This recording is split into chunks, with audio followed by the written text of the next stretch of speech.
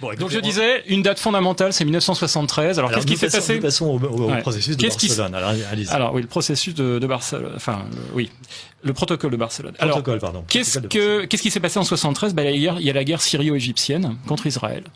Les Syrio-égyptiens prennent une raclée et de manière immédiate, quasiment immédiate, l'OPEP et les pays arabes multiplient le prix du pétrole par 4 et classent les pays en catégories, c'est-à-dire soit amis, soit neutres, soit ennemis. Et ils classent dans la catégorie ennemis toutes les personnes qu'ils associent, de près ou de loin, à l'État d'Israël.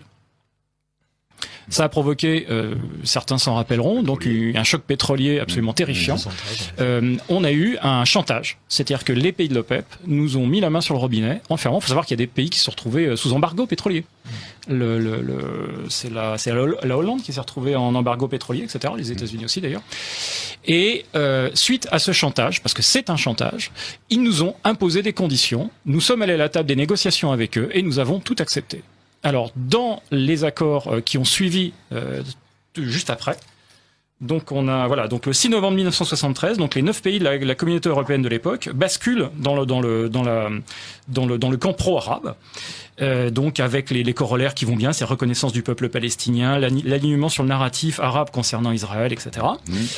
Vous avez la création de ce qu'on appelle, alors ça c'est fondamental parce que c'est l'ancêtre du protocole de Barcelone, hein, du processus de Barcelone, c'est-à-dire la création du DEA, du dialogue euro-arabe, qui est en réalité un processus, lui aussi, un processus qui vise à globalement mettre en œuvre des éléments qui ont été définis de manière très précise en 1975 par les résolutions de Strasbourg. Donc les résolutions de Strasbourg ont été adoptées communément par les pays euro-arabes, par les pays arabes, et donc l'Assemblée générale de l'Association parlementaire de la coopération euro-arabe. Ça a été voté à l'unanimité, il y avait 200 représentants de tous les partis politiques européens. Donc vraiment un ensemble total. Et il faut savoir que ce document est fondamental puisque il pose les bases de ce que nous vivons encore aujourd'hui et qui s'est traduit par différentes avatars. Donc le processus de Barcelone n'était que finalement une espèce de remise en marche du DEA qui a subi des avatars parce que bon, au fur et à mesure des années, des péripéties politiques, il y a eu la signature de paix entre l'Égypte et Israël qui a bloqué beaucoup les choses. Enfin bref, il s'est passé tout un tas de choses. Mais le fait est que dans les résolutions de Strasbourg, on trouve exactement ce qui nous arrive aujourd'hui. C'est-à-dire la mise en place d'une politique de recrutement de main-d'œuvre dans le monde maghrébin. L'immigration n'est pas un fait voulu par nos élites, ça a été imposé au moment du processus. Absolument pas. Ça a été réclamé par les Européens. C'est-à-dire que ce sont les Européens. J'ai mal compris. Absolument. Allez-y. C'est ça qui va intéresser les gens. Voilà, donc ce sont là les Européens. En l'occurrence, le nom de la personne qui a posé, c'est monsieur Tillich de Clercq, donc un Belge. Il faut savoir que les Belges sont vraiment ont été très moteurs dans cette affaire-là avec la France. Donc le Belge, le Luxembourg et la France. Donc ont mis en place un deal, un arrangement, un arrangement. Disons, nous avons besoin de main d'œuvre que nous allons prendre chez vous. Et là, les pays musulmans, eux, ont mis des conditions. Et c'est là où tout est important. Ils ont mis des conditions à cette immigration. C'est-à-dire que la condition était qu'ils disaient pas vous allez prendre des gens chez nous, ils vont aller chez vous, et puis tout le monde, tout ça va se débrouiller à la comme je te pousse. Pas du tout. Il y a eu un souci. D'ailleurs, c'est en parfaite cohérence avec la doctrine islamique. Ils disaient voilà, ces gens, donc qui viennent de nos pays, vont aller chez vous, ils vont s'installer chez vous, mais nous allons mettre des conditions. Ces conditions sont l'accès à l'égalité totale de traitement entre les personnes qui viennent de chez nous et vos propres citoyens, c'est-à-dire accès aux droits sociaux, accès aux droits politiques, accès à tout. Donc égalité de traitement entre les immigrés et les nationaux de vos pays.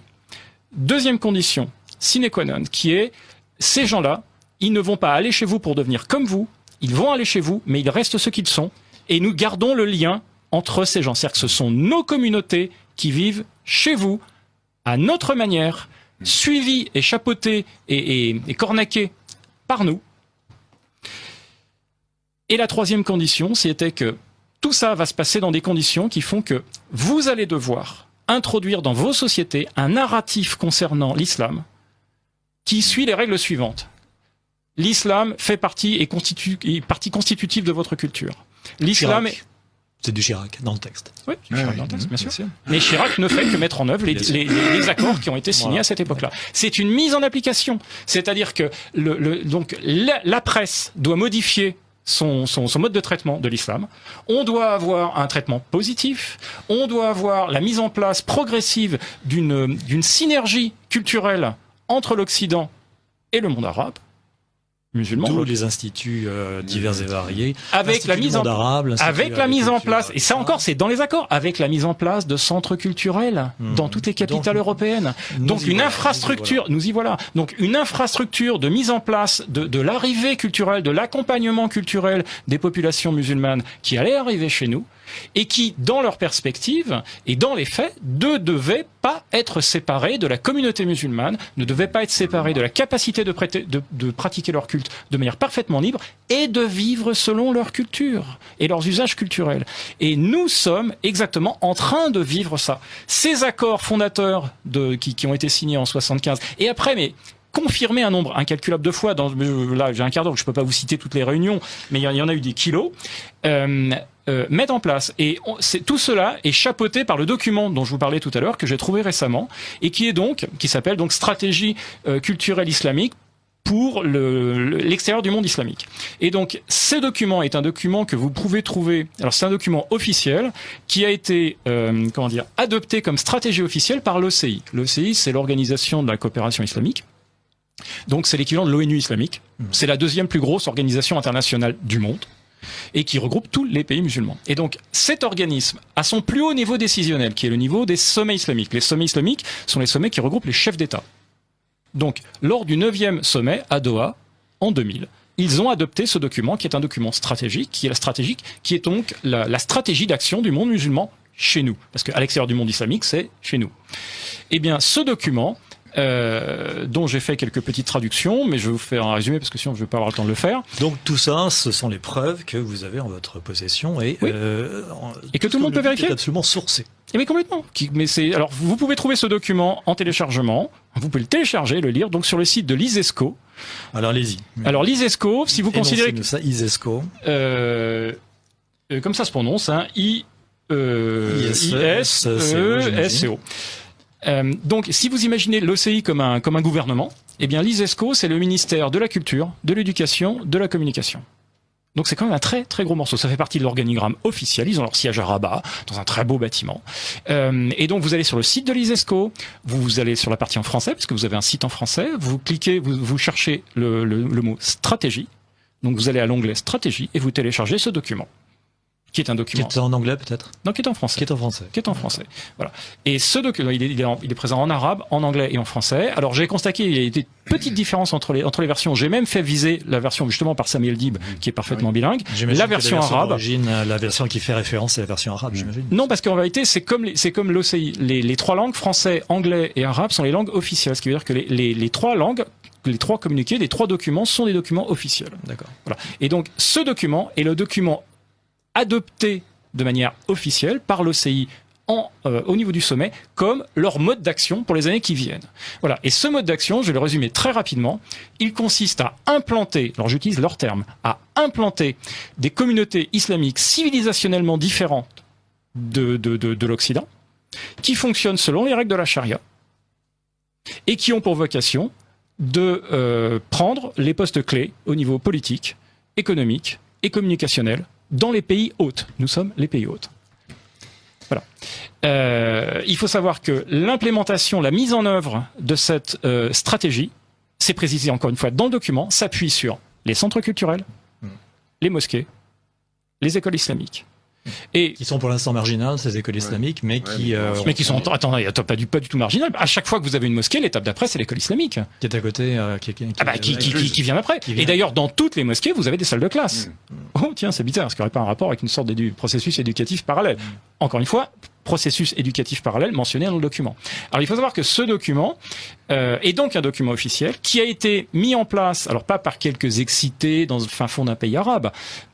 Avant la mise en place de ce processus a nécessité pendant 9 ans, ils ont sillonné toute la France. Ils le mentionnent d'ailleurs dans le prologue de ce document. Comment est-ce qu'on en est arrivé là?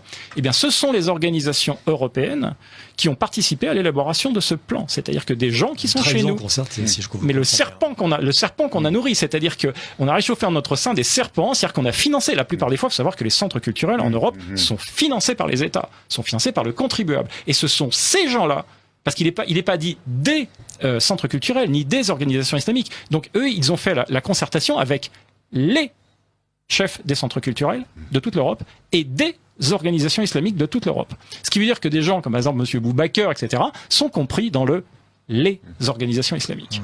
Donc les organisations islamiques européennes, alors avec les guillemets bien sûr, ont réclamé à l'OCI parce qu'ils constataient qu'il y avait des signes d'assimilation des enfants musulmans dans les sociétés occidentales.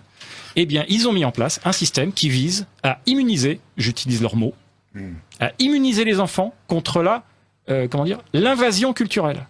J'utilise leurs mots. Un enfant musulman qui va dans une école occidentale est considéré comme subissant une aliénation et une invasion culturelle. Donc comme en danger. En quelque sorte. Il est en danger, bien sûr, il est en danger de sortir de l'islam et de s'assimiler à la culture européenne, ce qui est considéré comme quelque chose d'abominable.